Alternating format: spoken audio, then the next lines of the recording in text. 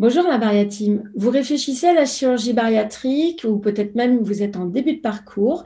On vous parle de sleeve, on vous parle de bypass. Alors vous avez peut-être regardé en détail en quoi consistaient ces deux interventions et vous ne savez pas laquelle choisir, vous ne savez pas ce qui est le mieux pour vous. Je vous propose d'aller à la rencontre du docteur Jean-Nicolas Boulenois, qui est un des premiers chirurgiens digestifs à avoir pratiqué les sleeves et les bypass en France. Il va nous donner son éclairage sur les avantages et les inconvénients de chacune de ces techniques que sont la sleeve et le bypass. Je vous propose de l'écouter juste après.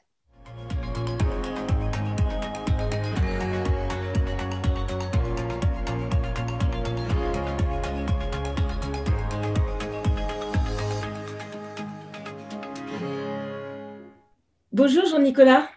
Bonjour Alain Gaël et bonjour à la Variatime. Est-ce que tu peux te présenter, nous dire un peu depuis combien de temps tu travailles dans la chirurgie bariatrique? Alors, je suis chirurgien viscéral à l'hôpital privé du Centre Manche sur les deux sites de Saint-Lô et de Coutances. Alors, je fais de la chirurgie bariatrique depuis 25 ans. À l'époque, il s'agissait principalement de l'anneau ajustable périgastrique. D'ailleurs, puisqu'on parle d'anneau gastrique, je voudrais en profiter pour rendre hommage au professeur Belachev, qui est décédé récemment, et qui était l'inventeur de l'anneau gastrique. C'est un parcours extraordinaire, celui de ce petit berger d'un petit village du fin fond de l'Éthiopie, qui n'a pas pu aller à l'école avant l'âge de 12 ans et qui est devenu un pionnier de la chirurgie cœlioscopique en Belgique, et qui a formé des centaines de chirurgiens à travers le monde à la chirurgie bariatrique. Et puis qui a dû sauver des milliers de patients, j'imagine, parce que l'anneau gastrique, ça a quand même sauvé beaucoup de personnes de l'obésité. Tout à fait. C'est vrai que ça ne se fait plus beaucoup actuellement. À l'époque, c'était quasiment la seule solution qu'on avait et qui a rendu service effectivement à beaucoup de gens. Et puis ensuite, en 2002, je suis allé me former aux États-Unis, à New York et à Pittsburgh. Nouvelles interventions qui étaient en train de se développer, le bypass et la sleeve gastrectomie. On était peu nombreux en France à l'époque à en faire. Bref, donc j'ai une expérience des différents types d'interventions de chirurgie bariatrique. Depuis 2002, tu fais beaucoup de chirurgie bariatrique, beaucoup de sleeve, beaucoup de bypass. Qui choisit? Est-ce que c'est une discussion entre patient et toi? Est-ce que c'est plutôt toi? Est-ce que c'est plutôt le patient? Comment ça se passe? Bien sûr, le patient a son mot à dire. Bien sûr, il est même fondamental que le patient soit associé à la décision, mais à condition que ce choix soit éclairé par une information claire, objective, et pas sur des idées reçues ou des on-dit qui ne reposent sur rien. Oui, pas parce que on connaît une collègue ou une voisine qui a eu un bypass ou une sleeve et du coup on a envie de faire la même chose. Il Exactement. faut avoir des éléments. Et puis j'imagine aussi, enfin en tout cas je le vois dans les patients, il y a des patients qui parfois ont des vraies contre-indications par rapport à une des deux techniques. Oui, il y a quelques situations où il vaut clairement mieux faire tel type de chirurgie plutôt que tel autre. Alors, par exemple, la sleeve est contre-indiquée après un anneau gastrique, justement, parce que l'estomac est déformé, fragilisé par la cicatrice de l'anneau. Autre exemple, un reflux gastro-œsophagien important ou une hernie hiatale volumineuse peut faire préférer un bypass parce que la sleeve risquerait d'aggraver le reflux. Inversement, une maladie inflammatoire de l'intestin, comme une maladie de Crohn, peut faire inciter à réaliser une sleeve plutôt qu'un bypass. Et puis, il y a également des situations où un bypass, sans être formellement contre-indiqué, peut être techniquement difficile en cas par exemple, d'antécédents de chirurgie majeure sur l'abdomen, qui peut avoir laissé des adhérences importantes. Et enfin, des cas où on va préférer un bypass parce qu'on sait qu'il va être plus efficace sur certaines comorbidités, comme un diabète sévère, par exemple. Hmm. Donc, il y a ces contre-indications. J'imagine que ça ne concerne pas la majorité des patients. Tout à Euh, fait. Dans la Souvent, grande majorité des cas, on a finalement le choix entre les deux. c'est ça. Et du coup, quand il y a le choix entre les deux, toi, à la différence de beaucoup de chirurgiens, tu préfères le bypass. Est-ce que tu peux nous dire un peu qu'est-ce qui, toi, dans ton expérience, te fait pencher vers cette technique-là? Alors, je crois qu'il faut justement, pour pouvoir répondre à la question, il faut examiner les avantages et les inconvénients respectifs pour différents critères. Alors, par exemple, est-ce que le comportement alimentaire du patient va influer sur le choix? Alors, on entend dire parfois qu'il vaut mieux réaliser une sleeve chez un gros mangeur et plutôt un bypass chez quelqu'un qui a tendance à grignoter.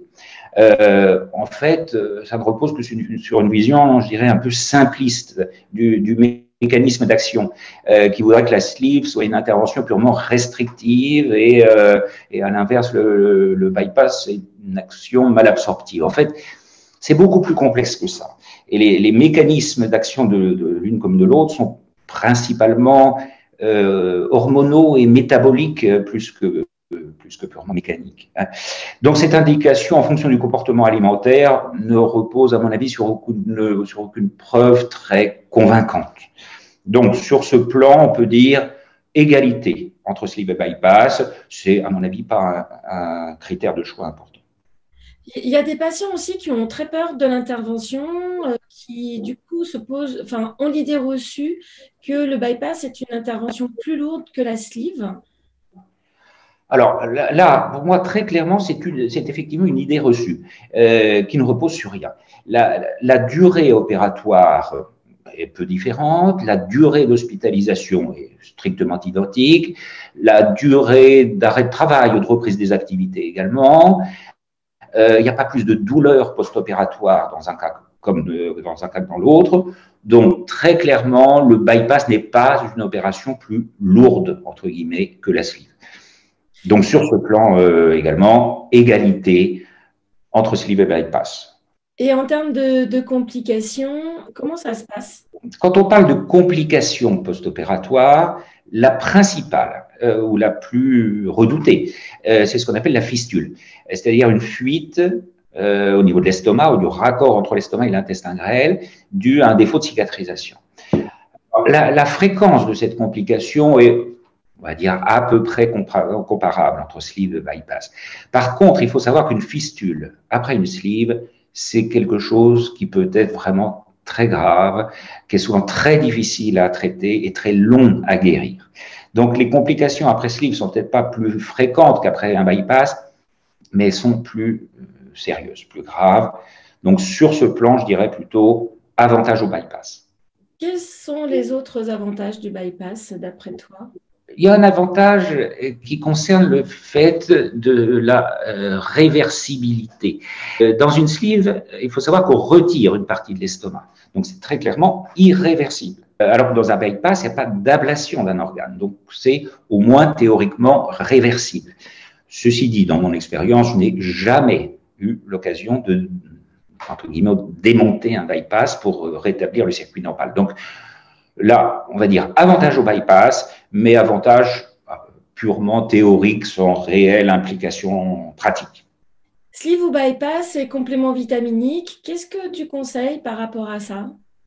Alors, après un bypass, la complémentation vitaminique, elle est obligatoire et systématique. Après une sleeve, elle peut être nécessaire dans certains cas, mais sans doute pas de façon aussi systématique. Ceci dit, honnêtement, ça n'est pas une grosse contrainte, d'autant plus qu'il existe maintenant des produits disponibles sur Internet qui permettent de n'avoir qu'un seul comprimé par jour. Et puis d'autre part, souvent l'amélioration des comorbidités va permettre d'arrêter ou d'alléger certains traitements pour le diabète ou l'hypertension, par exemple. Donc, avantage à la sleeve, certes, mais avantage qu'il faut relativiser. Sur le plan du confort alimentaire, est-ce qu'il y a une différence entre sleeve bypass? Très peu de différence. Encore que parfois, l'alimentation peut être un petit peu plus difficile après une sleeve tout de même. Alors qu'après un bypass, on peut habituellement manger de tout sans difficulté. Donc, léger avantage au bypass. D'accord. Sur le plan digestif, ensuite, comment ça se passe? Est-ce que toi, tu as noté des différences importantes? Sur le plan du transit intestinal, il y a là aussi une idée reçue qui fait que beaucoup de gens pensent que le bypass donne fréquemment des problèmes de diarrhée. Ça n'est habituellement pas le cas. Ça peut arriver, mais c'est vraiment très rare, sauf dans le cas particulier de ce qu'on appelle le mini bypass ou bypass en oméga, mais intervention que de toute façon on ne fait plus en France actuellement. Donc, je dirais que le bypass classique, qu'on appelle le bypass en Y, c'est très très rare qu'il puisse entraîner des problèmes de diarrhée. Donc, sur ce plan, pas de grosse différence entre sleeve et bypass. Et en termes de résultats, parce qu'il y a beaucoup d'idées reçues aussi sur les résultats. Moi, dans ma pratique, je vois des gens perdre 75, 90 kilos avec une sleeve, 20 kilos avec un bypass. Enfin, j'ai l'impression qu'il n'y a pas de règle. Ça dépend tellement de plein d'autres facteurs aussi, j'imagine, hein, du poids de départ, de la Alors, répartition masse grasse, masse sèche, de l'âge de la oui, personne aussi. oui. Toi, en termes de résultats, quel est ton recul d'après ton expérience depuis 2002, hein, qui est quand même, ça fait presque 20 ans maintenant que tu pratiques, hein. Oui. Alors, je crois qu'il faut distinguer les résultats à court, moyen terme, c'est-à-dire pendant la phase initiale de perte de poids et on va dire à peu près la première année de stabilisation. Donc, ce qui nous met dans les 2, 3 premières années. Là, je dirais que le résultat est tout à fait comparable, sauf peut-être chez les super obèses qui ont vraiment un IMC très, très important, mais c'est un cas un peu particulier. Mais dans la majorité des cas, ce résultat à court et moyen terme est tout à fait comparable. Donc, je dirais pour ça, à peu près égalité entre sleeve et bypass. Donc, ça, c'était à court, moyen terme. Mais par contre, sur le long terme, c'est là, à mon avis, que se fait toute la différence. C'est sur la fiabilité à long terme. Il y a, dans mon expérience en tout cas, nettement moins de risques de reprise de poids à long terme après un bypass qu'après une sleeve. Donc, sur ce plan, celui des résultats à long terme et du risque de reprise de poids à long terme, je dirais avantage net au bypass. Parce que moi, ce que je vois dans ma pratique, hein, c'est quand on oriente quelqu'un qui est en reprise de poids, souvent on s'aperçoit que finalement il y a eu des événements de vie qui font que la personne n'a pas fait le suivi, par exemple, hein, soit parce qu'on ne lui a pas proposé, soit parce qu'elle n'a pas honoré ses rendez-vous, ou même elle n'a pas eu de démarche proactive de suivi. Parce que aussi souvent, on voit qu'il y a un retour vers la sédentarité, hein, on lâche l'activité physique. D'ailleurs, c'était les conclusions d'une étude des pays du Nord sur les reprises. Et puis, le troisième point, c'était un manque d'apport protéinique dans l'alimentation. Donc, on voit quand même qu'il y a des facteurs sur lesquels on peut agir et qu'on aurait pu éviter cette reprise. Toi, quand tu parles de ces reprises-là, c'est vraiment tout en maintenant les habitudes de vie, l'hygiène de vie. Je dirais que oui, évidemment, le principal facteur de risque de reprise de poids, c'est l'absence de suivi ou l'insuffisance de suivi. C'est très souvent comme ça. On voit des personnes plusieurs années après qui n'ont pas eu aucun suivi pendant plusieurs années, qui ont négligé l'importance de ce suivi. Et c'est là qu'on constate des reprises de poids. Mais statistiquement, je dirais, entre sleeve et bypass, il y a quand même moins de risques de reprise de poids après un bypass qu'après une sleeve. Donc là, Jean-Nicolas, on a vu qu'il y avait des avantages et des inconvénients pour chacune des techniques.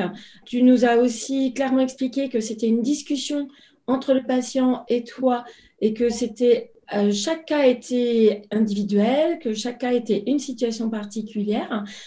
En conclusion, toi, qu'est-ce qui te fait pencher pour telle ou telle technique? Alors, donc, comme tu l'as dit, chaque intervention a ses avantages et ses inconvénients, et chacun peut avoir son avis sur l'importance respective qu'on va donner à chacun de ces critères. Ce qui fait que tous les chirurgiens ne sont pas forcément d'accord sur cette préférence. Mais personnellement, lorsqu'on a le choix entre les deux, j'aurais plutôt tendance à proposer le bypass. Pourquoi? Parce que je trouve justement qu'il a un peu plus d'avantages. Le principal étant quand même sa fiabilité sur le long terme. Ben, merci beaucoup, Jean-Nicolas. À très bientôt.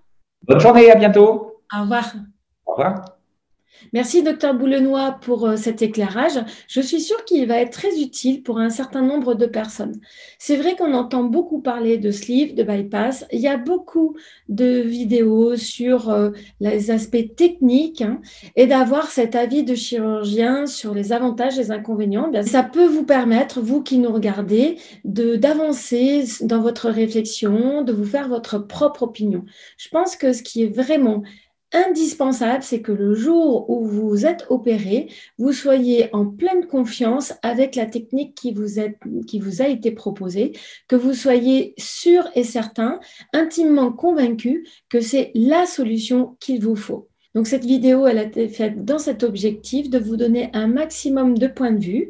À vous ensuite d'en rediscuter avec le chirurgien qui s'occupe de vous, de façon à vraiment déterminer la technique qui est la plus adaptée à votre situation. Si vous avez aimé cette vidéo, si elle vous a été utile, n'hésitez pas à mettre un petit like dessus, à la partager auprès des personnes qui vous entourent. Et puis, si vous n'êtes pas encore abonné à cette chaîne, vous avez le bouton juste en dessous de la vidéo pour vous y abonner. Et n'oubliez pas, si vous souhaitez aller plus loin dans votre réflexion, si vous souhaitez savoir par où commencer, n'hésitez pas à télécharger les bonus qui vous sont offerts. À très bientôt.